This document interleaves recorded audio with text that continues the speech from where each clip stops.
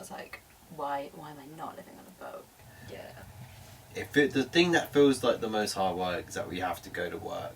You know? Yeah, if only that I you have could to just leave the boat live and on the like, boat full time. yeah, like totally. Like the hardest part is actually like leaving here and being like, you know, like this is like my favourite place. This is sick. Yeah. I'm always like, this is such a good space, and it's always like so nice, you know. Yeah. Literally before you guys were getting here, we're talking about getting a cat, you know. Yeah.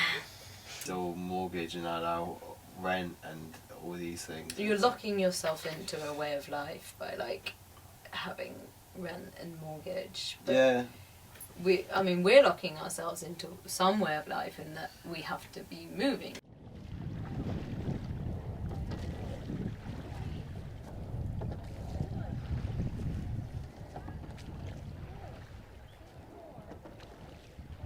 It's all about ropes. That's what I realised. I don't know, I just hadn't quite thought about it. I thought you just tied it up when you got there. Yeah. But what's mind-boggling is that we can move our whole house, like I can pull our whole house along with a rope. Yeah. And as long as someone's on the side with a rope, especially that centre line, then it's fine because you can always control it to a degree. Yeah. I think it's if you're both, everyone said to us, never ever be in a situation where both of you are on the shore when it's untied. It's sort of 12 o'clock, people are still coming. What would be best?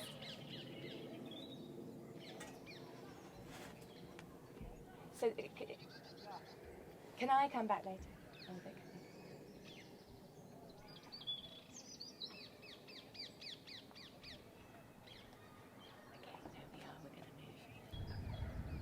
We're still going slowly, it's good, I think. Just stay on the bank a second. And are you alright? All good. Yeah, so we're continuous cruisers, which means that we have to move the boat every 2 weeks, like at least 1 kilometre, and in a whole year you have to span like at least 21 or like 21 miles, I think it is.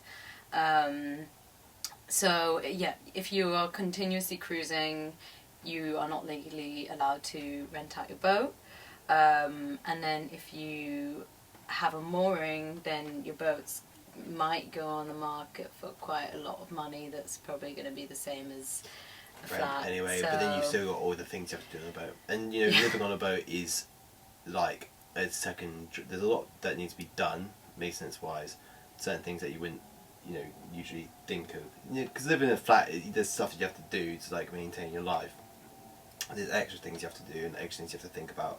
So if you're then mooring somewhere that is like the same amount as rent, and you're living in a place where you have to do with these extra things, a part-time job. Yeah, it's like you're doing it you're doing it to live on a boat, but you're not doing it for any practical reasons. Yeah, yeah. Just for the element of floating on the water. Yeah, you know, classic antagonism that you have to any kind of traveller lifestyle, you know, nomadic lifestyle. That is like, it's a different othering, you know, kind of thing. And we chose this lifestyle, but there's families that have lived on the canals for like generations, you know, and they're, you know, old traveller families, and you know, they've had it for like forever. It is that thing of like a stigmatism. We have been very lucky. Yeah. We have. And I also think, you know, coming from a middle class background, like we probably are more respected boaters by other boaters, or like by land lubbers. Land lubbers. Mm. So on top of the boat there's like a tumbler. A tumbler, basically, where we put. So now our situation is, because before you basically have a thing that carries raw sewage that you have to dispose of, and you'll gag and you probably throw up. You basically pour it down this massive poo well. Yeah. And that sucks. And that is very much schlepping your raw sewage out of your boat. And if you have a tank, what some people do, and it's more like a normal toilet, you have to do the same thing. It's pump out. So you have to pump it out. You have to go to a certain place to pump that out. You have to drive your whole boat to like a pump out station, and then like connect like a massive tube, and it like sucks out your sewage. Yeah. Which is like works for some people, but like that's uses way more space. Like you usually have to like take up like the whole of your underneath of your bed. Storage is a premium on a boat. Yeah. So I'm not using all that space to store poo. No. Waste of time. Doesn't get the priority. And then also like those facilities are often not in action. So they suck.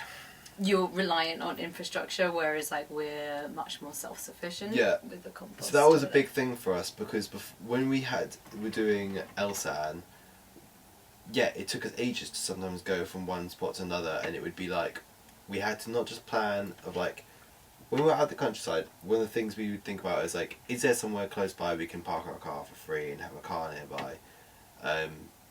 What would be handy, but not always necessary. But another one would be is like, where's the closest water point for us? Because for a while we didn't have running water in the summer, so it would be like we need water. And then another one was where's the outside point?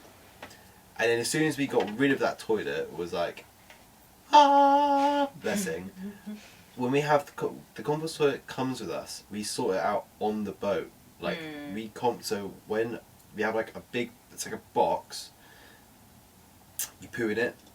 You put sawdust and a thing called like it's basically a coconut husk. It's like coconut husks. That's been So you powdered. throw it on top, and it's like it just like there's no smell, not really.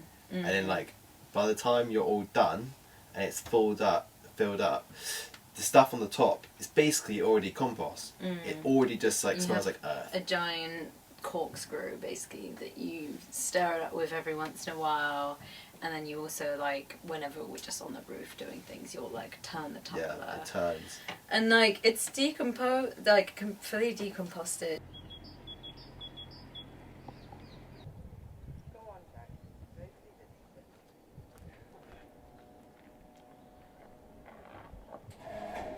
Yes, so I'm 2.5 days a week there. So I was literally 2 minutes away, and now, of course, I'm variable times away, usually over an hour. Okay, go! Boat life. The water waits for no boater.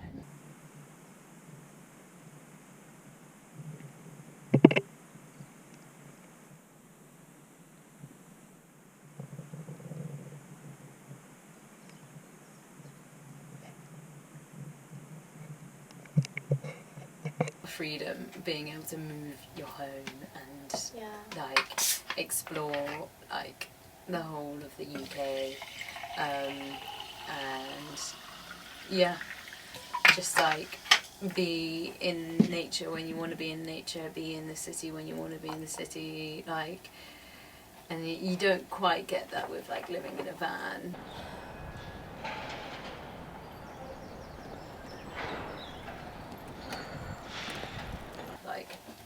The recycling facilities that the Canal and River Trust provide are really shite. So like Canal and River Trust altogether are quite bad.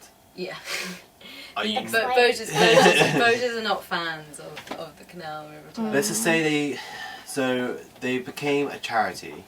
I'm always suspicious they became a charity to dodge taxes. Yeah. Just saying. They don't do a lot of work to actually.